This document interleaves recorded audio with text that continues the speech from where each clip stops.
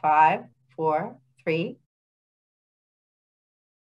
Hello, and welcome to Talk to Ukraine, a global conversation dedicated to the Ukrainian tech industry, its resilience, bravery, and future development. My name is Julia Satska. I'm the head of public relations at B7, a global pharma tech agency. I am glad to have the opportunity to moderate this live event organized by the IT Ukraine Association together with its partner, Software Development Association Poland, or SODA for short. Today, we will discuss the perspectives of business development and cooperation for the Ukrainian tech in the Polish market. After over 9 very long months of Russia's full-scale war against our country, Ukrainian tech keeps holding down the economic front, delivering to its customers, scaling globally, and entering new markets. Despite the ongoing war and Russia's constant and horrific attacks on Ukraine's critical infrastructure, our tech has managed to grow by 13%. We have no doubt that we will win and overcome this evil. Our future recovery is crucial, and based on digitalization and emerging technologies, we can only look one way, and that is towards transforming challenges into opportunities. Speaking of opportunities, I would like to take this time to introduce our session speakers. Paweł Pustelnik, Vice President at Software Development Association Poland, SODA. Hello, everyone. Andrew Robel, founding partner and leader of Tech Emerging Europe Advocates Community. Andrew, hello. Hello, everyone. Paweł Wódka, CEO at Future Processing Ukraine LLC. Hello. Anna Kitsana, Director of International Development at Smart Solutions. Hello, everyone. And Andriy Varusha, Head of Poland and Corporate Development at NIX. Our webinar is a live conversation, so feel free to jump in, follow on each other's thoughts, and share your experiences when we discuss issues that are relevant to you and your company. I would like to take this time to start off by saying that Ukrainians are tremendously thankful for the support and of our international friends and partners. Poland has been instrumental in providing much needed humanitarian, military, and financial aid. According to recent data, actually 28% of Ukrainian IT professionals forced to relocate are now based in Poland. Polish cities have become a second home to over 50 Ukrainian companies. B7, the company that I work for, is no exception. We have expanded to the Polish market by not only relocating our staff, but also hiring local talent. There are many collaborations and joint projects in the works, such as cybersecurity, military tech, and MenTech, and there are many benefits to this synergy of talent pools for both the Ukrainian and Polish tech industries. So without further ado, I would love to talk about those benefits. What can the Ukrainian companies offer to the Polish market? Andriy, let's start off with you.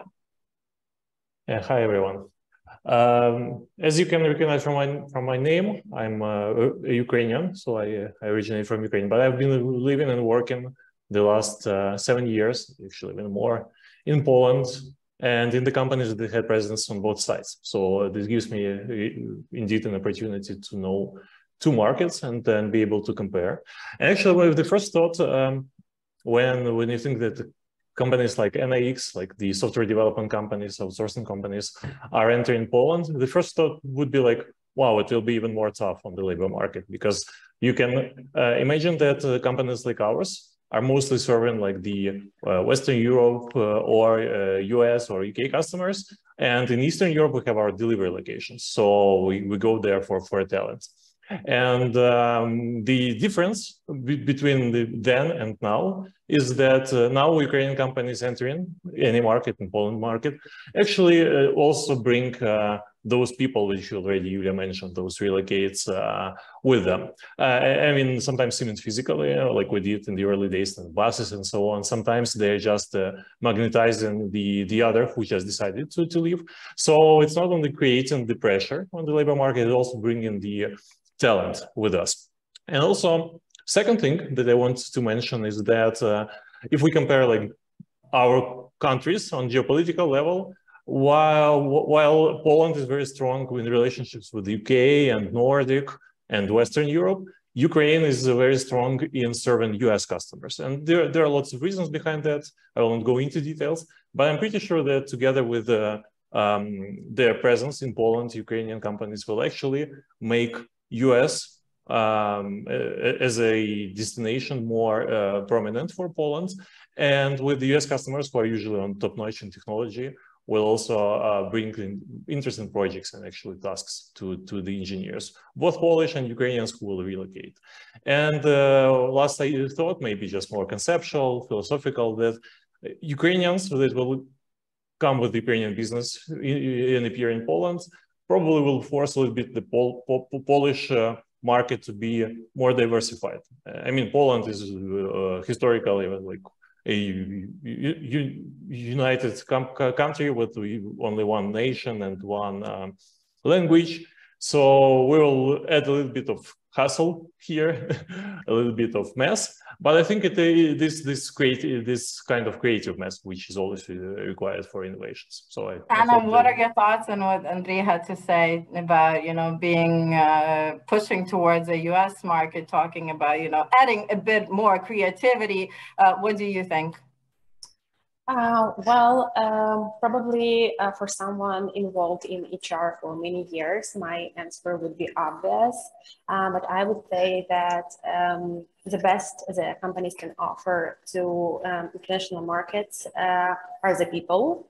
And the quality of work of our developers and tech specialists is known worldwide.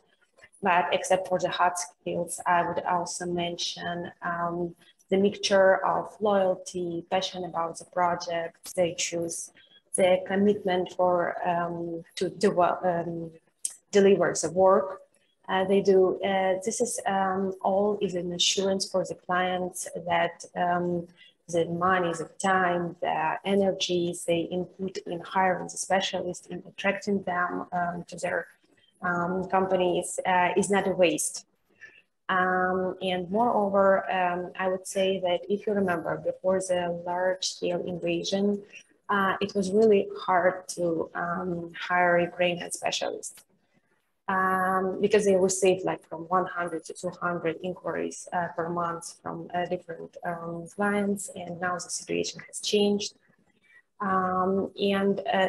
This situation has changed for us, but this is an opportunity for Polish market, for international markets, other markets, because except for quality work for really attractive price, they also receive this creativity, which Andrei mentioned, and this positive aggression that was mentioned on the previous Talk to Ukraine, the 8th edition.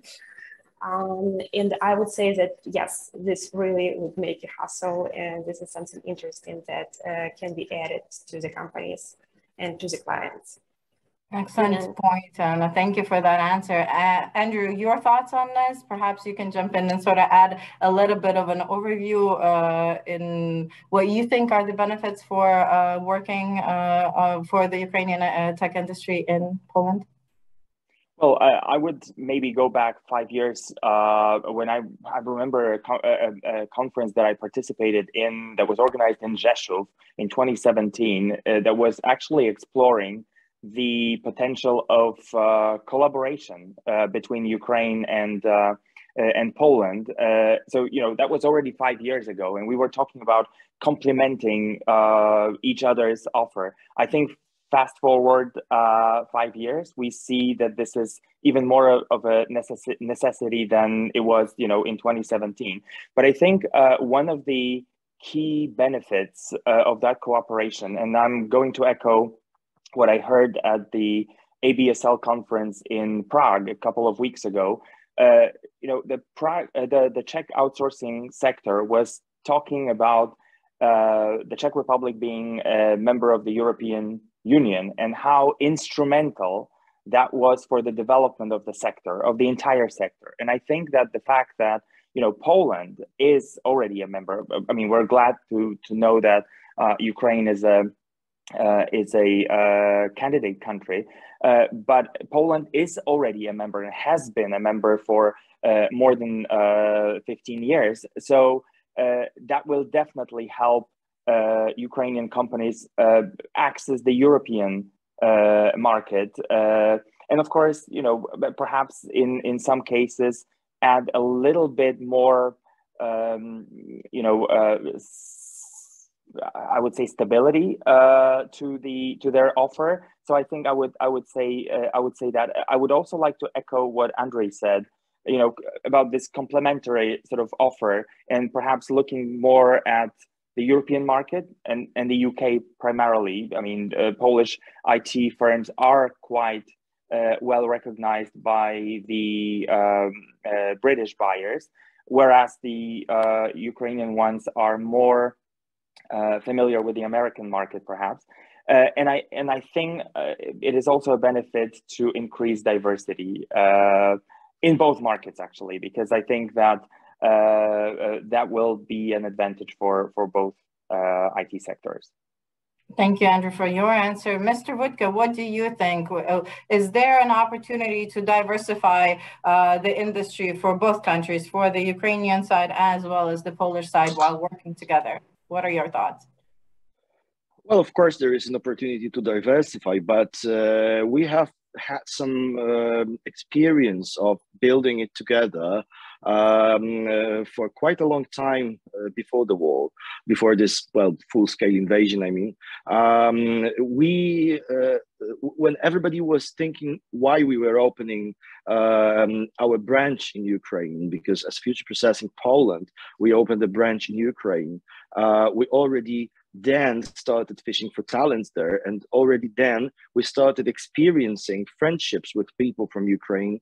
I myself being like all the time between these two locations, Poland and Ukraine, I can say that all these features, all these advantages of Ukrainian colleagues are also visible in our company here in Poland, and there is really great determination to deliver and great attempt at doing things right despite external conditions, against all odds. So despite the fact that there are some problems with electricity, problems with the internet, people are sitting and doing their jobs, and they're totally flexible with time. And at the same time, our colleagues so my colleagues in Ternopil scored better in our happy team poll than their Polish colleagues, despite the war, which is really something that contributes to the whole atmosphere of the company. So this is really something. It's really something outstanding about people and talents, not only from the technical point of view, but from the human values, from their characteristics. Because on the one hand, of course, we can talk about good technical expertise, but this is something that you can compare. But there is different attitude to work. There is much stronger commitment and much greater readiness to accept things that are, for example, not totally preferable. Also, we have very strong feeling of community together. When there was COVID and nobody knew what would be going on further, people were able to sacrifice a percentage of their income in order to save potentially those ones who were maybe not threatened, but who are at the risk of looking for another job. Yeah, so these qualities make us a unique community of people who enrich the values of our company, Future Processing Poland, which itself is very ethical place. So we bring even more of this to the core values of the company, and this is probably the one of the best things that Ukrainian developers can bring into the Polish market. Although I must also quite honestly say that it is also a challenge that we have a lot of Ukrainian companies now in Western Europe and especially in Poland, because on the one hand, building it together and thinking of the business together, we as Polish companies, we also try not to take advantage of the situation as it is now. And I remember that when there was a situation in which we could overtake a project, we didn't do it. So it is just to show how difficult it is to find yourself and make good decisions and find good balance between business and using opportunities, and at the same time being ethical and not to do things against. So it is really, on the one hand, it's time of opportunities, but on the other hand, it is time of challenges.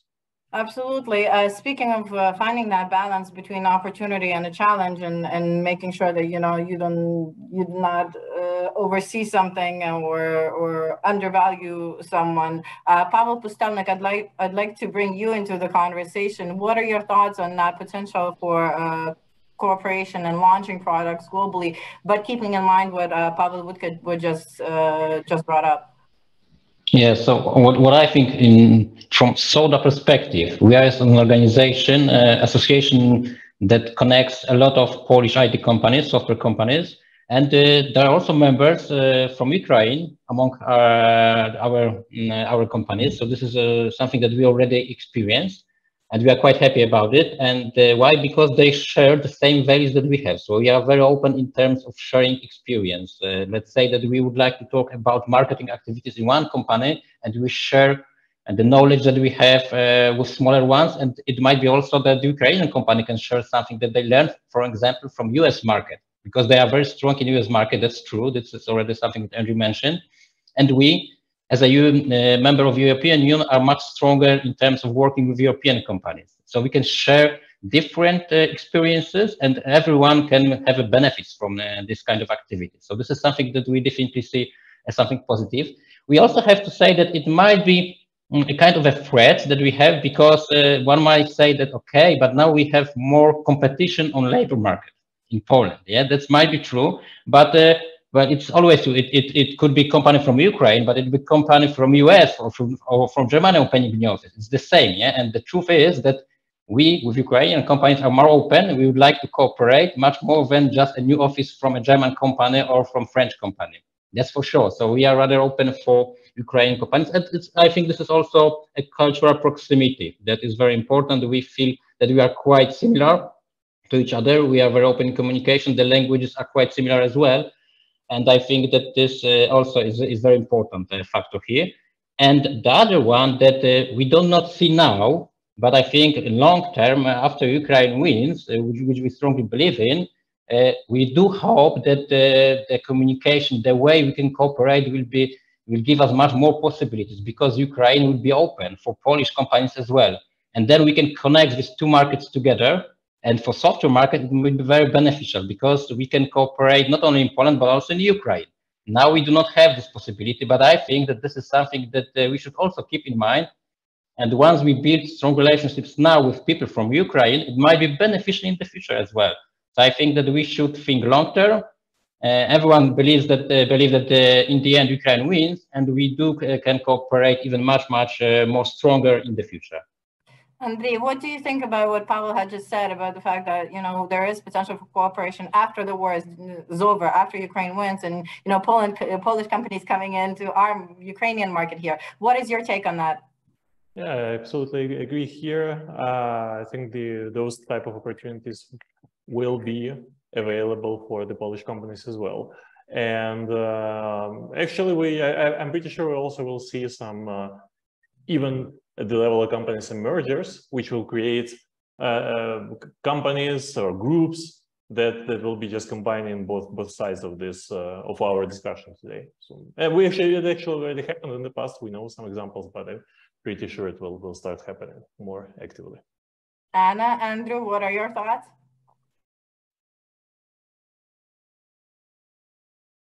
Sorry, I just had to unmute myself. Well, I think the talent element is extremely important. And, if we look at both markets, and of course, outside the current circumstances, but if we look at both markets, we're really talking about 800,000 IT specialists in both countries. So that is a huge number of specialists. And also, if we look at what we found out in the future of IT and emerging Europe report, you know, the talent that is coming out of Ukrainian universities, and we're talking, or schools, or different, you know, types of education facilities, is enormous. You know, compared to Poland, for example, where when you look at universities, you have roughly 32 students of IT per 100,000 inhabitants. I'm looking at statistics here.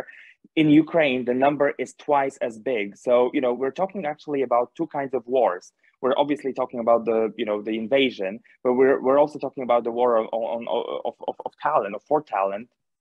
And I think that going forward, the two countries will stand, and we shouldn't be looking only at the current situation. We should actually be looking further ahead.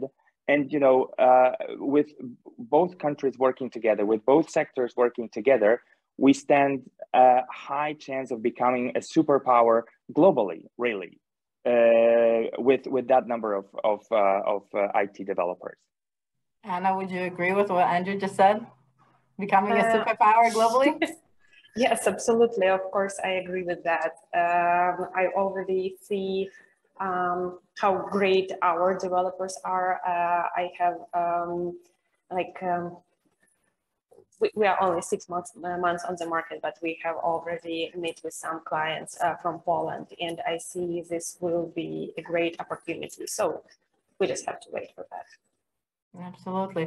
Pavel Wódka, you have this balance of the two worlds, the Ukrainian side of the company, the Polish side of the company. Talk to us a little bit about, you know, the challenges that are there for the professionals entering the Polish market. Perhaps you have a little bit of an insider's point of view.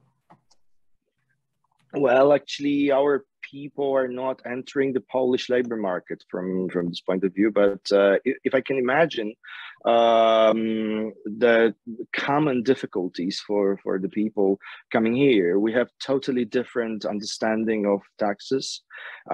We have totally different perception of things connected with earnings. So with the form of employment or cooperation, we have different legal systems. We have different attitude towards old age pensions, and these are things that when I talk to, when we even have to sometimes compare. So when we try to compare the earnings in our two companies, when we talk to people about it, people in Ukraine don't usually value things like old age pension so much. They have a different understanding of getting the money here and now. So that probably results from some difficulties with currency, with the financial system, with I would say the lack of trust in in the long run. Not lack of trust towards us, but the lack of trust towards the system, towards the banking system, towards the state pension system. That's why they believe that when they have a dollar here and now, it's worth much more than a Polish zloty in 20 years. Or even in 20 months. Perhaps Andrei Varusha can, you know, follow up on that thought and talk to us a little bit about, you know, the difference between being in Ukraine and working on the Polish market and some of the challenges that you personally faced or your company has faced. Yeah, I'd take here the aspect of the business entering the Polish market. For example, if you are, and that's a pretty common case, right? You are a software development company in Ukraine, and you are forced by the situation, by the war, to open a branch in Poland. The first challenge for such company would be, you know, to switch from a country level approach or mindset to a global mindset, and understand that the approaches may be very much different. Here I will quote my colleague who is saying global means local. And that's the first thing you need to understand, that the each location has each specifics. Here we have the trap of similarity, actually, because Poland is culturally and geographically so close. Some people think, okay, it's like easy peasy, right? Just do the same as in Ukraine. But it's very, you know, high level view that gives the such opinion or such impression of similarity. But when you go deeper, there are all those things that actually Pavel mentioned: the taxes, the differences, the legal system, and even how the processes are being set up, how the accounting is made, and so on. So it's all appears to be very different. And a company from Ukraine that will just try to do business by its own playbook most probably will hit all those underwater stones.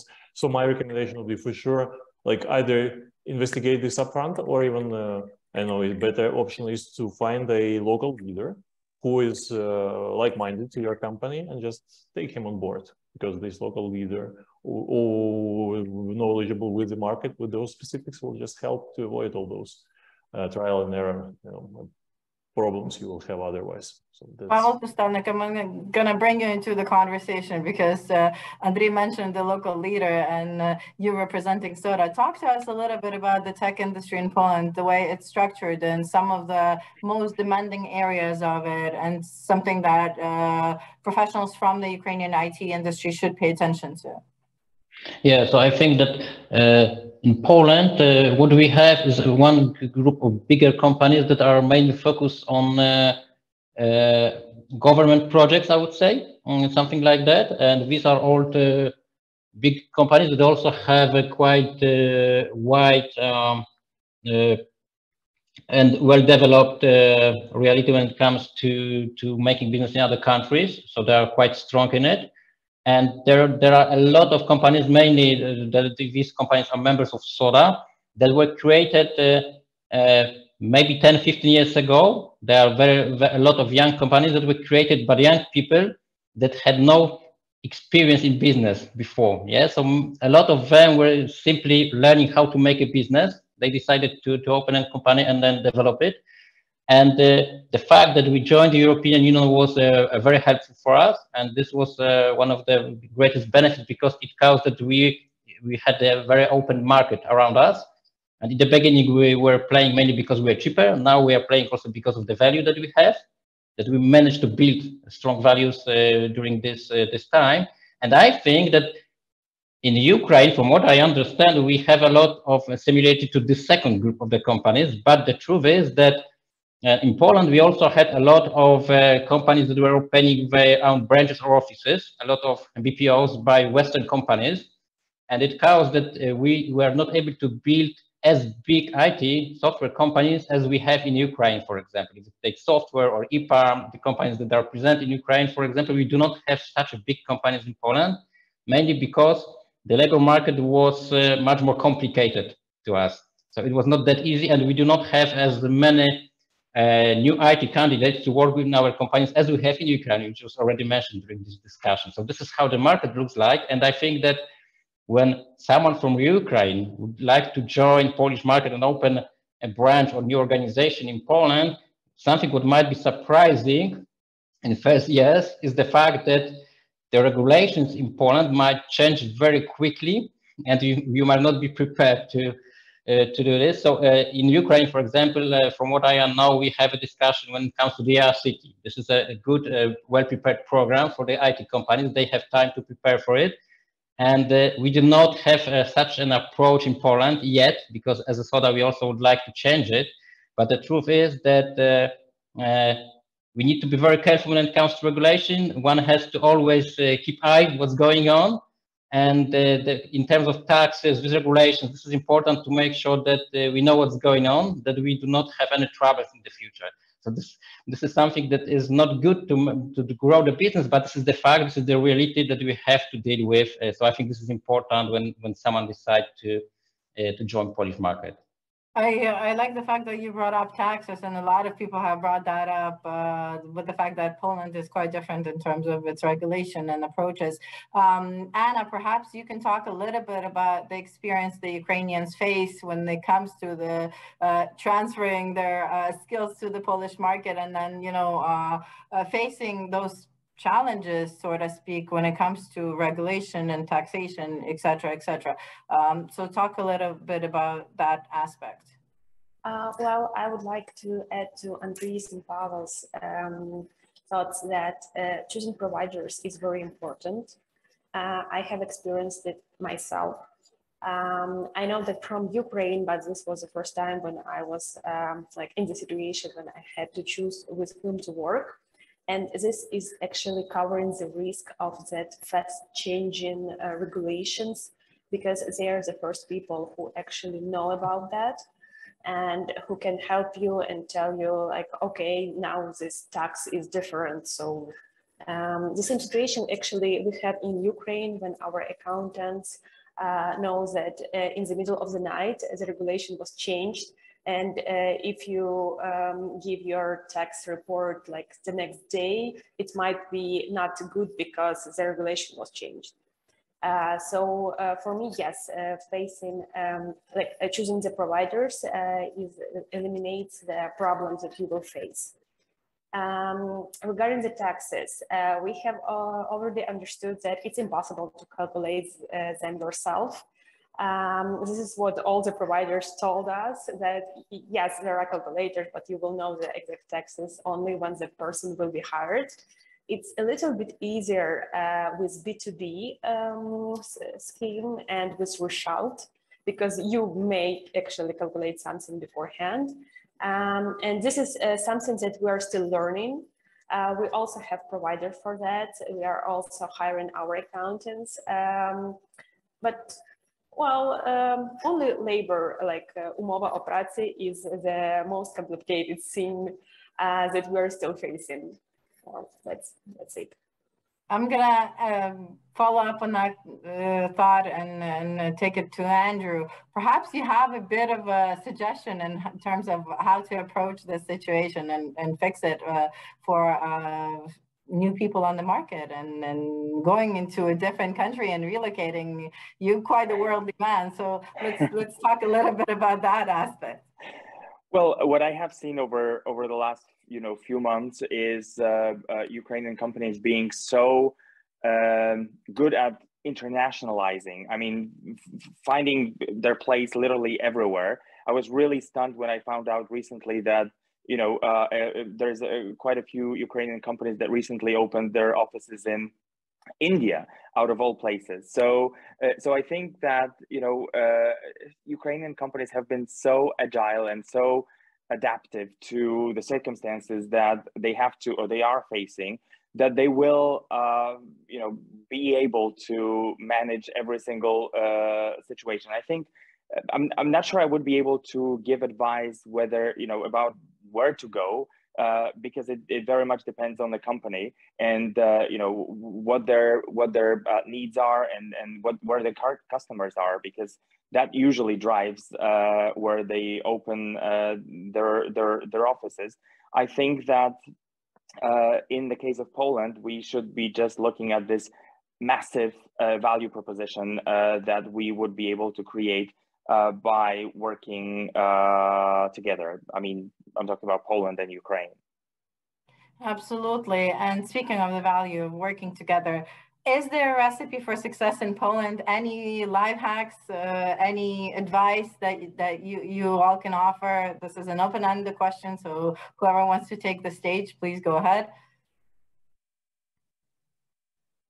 I think culturally, if my mic is still on, so I think culturally, I would say Poles and Ukrainians are quite similar. And I remember a discussion, and actually, it was a discussion that I moderated with a representative from Future Processing. That was ages ago, like I think 2 or 3 years ago, and we were talking about how they communicate with buyers from the UK. And I can see that similar challenges are seen by both markets. So I don't think working in a team with Poles and Ukrainians would be such a difficulty. Once someone has been used to working with one of them, I think they can work with both.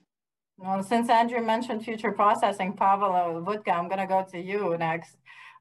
What is your recipe for success? Well, I think that the recipe for success of our international Polish and Ukrainian teams working together is simply to make friends. When people meet and integrate and they become friends, everything is getting much easier. And that is what is actually happening. And we have wonderful support from our mother company during this difficult time. But also, on the other hand, I would like to mention that I don't 100% agree with Andrew. I think that the differences, the cultural differences, when you dig deeper, we can observe cultural differences, and really one has to understand them. For example, in future processing, we have this system of evaluation. And normally in Poland, it is totally fine that you say negative things that you don't like about other people. From professional point of view, from cooperation point of view, it's totally fine, and we are very transparent and open about it. And I have absolutely no problem if somebody says something negative about my attitude or things. Even our poll has these options of keep doing, stop doing. So in Poland, it is totally normal. When we started doing it with our Ukrainian colleagues, they would never say anything negative about their bosses. Really very, very difficult to encourage people to be more critical about other people, about other people's behavior. People treat things very personal. They're very it's very important what other people think about them. They treat it very personal and very serious, which is good on the one hand, but on the other hand, you must know about it if you want a real opinion.